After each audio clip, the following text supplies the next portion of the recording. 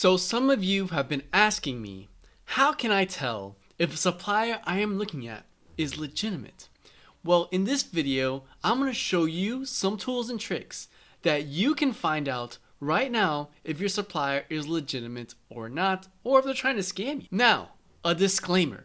I cannot guarantee 100% that this will work for every single supplier, but at least I can show you some ways that can help you reduce the risks of buying products from scammy or fraudulent suppliers. So at least you have the right tools to go ahead and get started. I'm going to be teaching you in 3 platforms for sourcing: Pinduoduo, 168, and Taobao.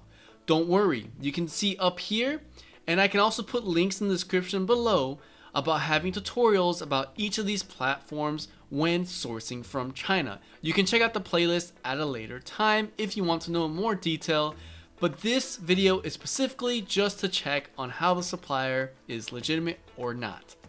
So let's get started. The first example I'm going to go through is Taobao. Whenever you're looking at a product for the first time, the first thing you want to look at are the reviews, and you can look at the reviews right here. Note that Taobao supports mobile and desktop versions, so it's quite convenient. You can tell they're legitimate or not by seeing different kinds of pictures and reviews from random people. If you just see a bunch of positive comments and no negative comments and no pictures, that's a red flag. Note that just because there are a lot of reviews does not mean it's legitimate. There is always a risk. Some people do actually pay for reviews, and that is a thing that can make it look like they're legitimate, but they're actually not, so just be a little careful.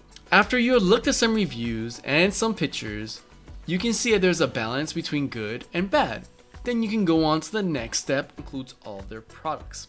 You can click here and see the person's store and see that the store shows all the products that they sell in their portfolio. Sometimes you will be able to look up their company information and registration. This is key and important. In this case, you can look at the company information and see the registration number right here when you click in this area. You can use this app called 天眼查, which is known as like eagle checking or sky checking, like Sky Eye. And you can use this platform on WeChat to look up the company registration number to see if it's registered. If it passes the registration check and says that it's a registered company, this is a good sign. If companies are not able to give you the number when you ask for it, it is most likely a scam. Do realize that not all sellers on Taobao are companies and there are individuals, so it does make sense that sometimes they don't have this number. For example, if you contact the customer service by clicking on the little blue guy, you can ask them if they have a company registration number, if they're a full company or an individual.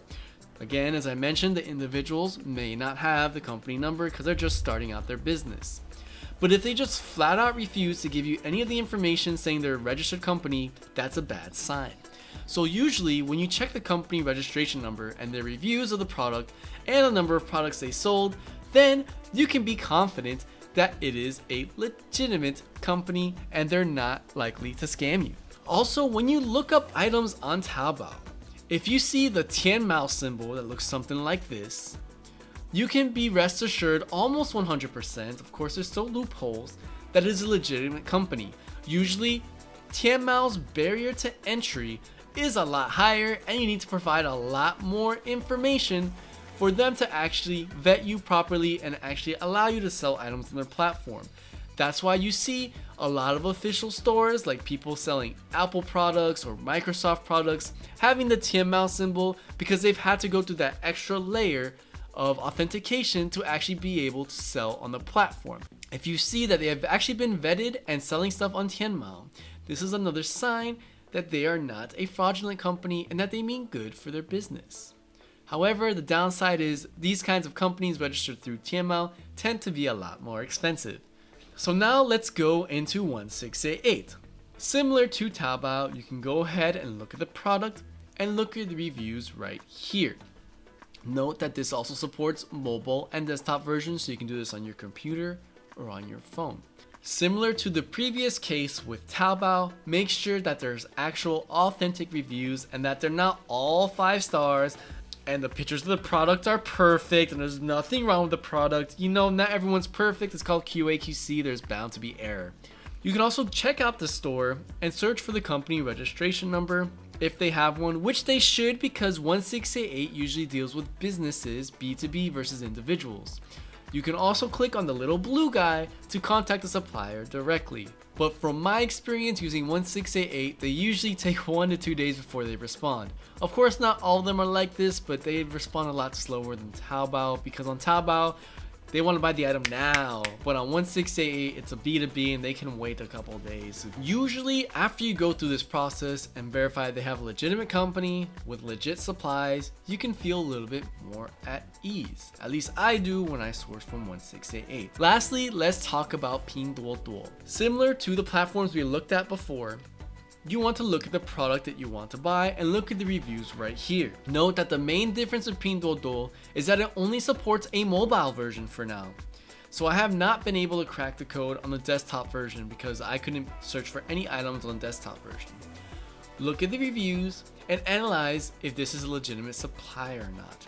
You can go ahead and check out the store right here. From there, you can see and you can look for the registration of the company. Once you have the company number, you can use the application I mentioned before to search their company registration number to make sure they are in the system. Now let's talk about some bonus tips for using these platforms. First, if they spam you and spam you and spam you about inquiring you to buy more stuff, to push you to buy more promotions that are happening every single day, that is a red flag. Even if you tell them to stop messaging them, they will insist on getting your money. Usually after they reach their certain quota of all the people they try and collect money for with all this spamming, they will shut down their shop and run away. This has happened before, so be careful. Not only online, but also in China in like physical gyms that they try and get as much money and deposits as possible, then they run away with your money. If you insist on asking for the registration number for the company and they do not provide it, or just give you a walk around reason why they don't provide it, it is also a red flag. I've almost had people get scammed about saying they sell secondhand, very cheap iPhones and iPads. I asked them for the address, registration number, they went silent and they ghosted me. So yeah, that person avoided a scam. Now the barrier to entry in Taobao is moderate, so there are still loopholes that people take advantage of, and this is all over the world. People will find loopholes. There will always be criminals to take your money, so I'm just showing you tools to be careful. If there are suppliers that want to take transactions offline, for example, they ask you to pay them on Alipay or WeChat directly and not inside the platform on 1688, Taobao or Pinduoduo, this is also a red flag. If you've never done business with them before, it is just another means of them to take your money, because as soon as they start doing transactions outside of the platforms, there is no longer buyer protection and you're pretty much out of luck. So try to avoid this, at least in the beginning, working with a new supplier. As I mentioned before, I already have step-by-step tutorials on how to actually use all these platforms from start to finish with foreign bank cards, so consider checking out those videos in the description down below. If you have problems paying your suppliers and just want to find a means to still use these platforms but pay using your own bank card without Alipay or WeChat, you can consider visiting my sourcing website that I made just for you, that's directly linked to 168 and Taobao and has no limitations for where you are in the world and what kind of payment method you want to use, and it also helps support my channel. I hope you learned something from this video, and remember to smash that like button.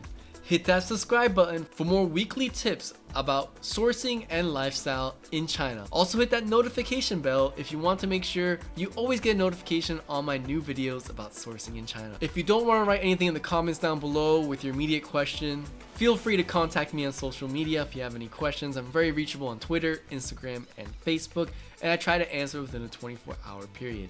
Thanks for watching this video. Love you guys. Keep surviving, and I'll catch you in the next one.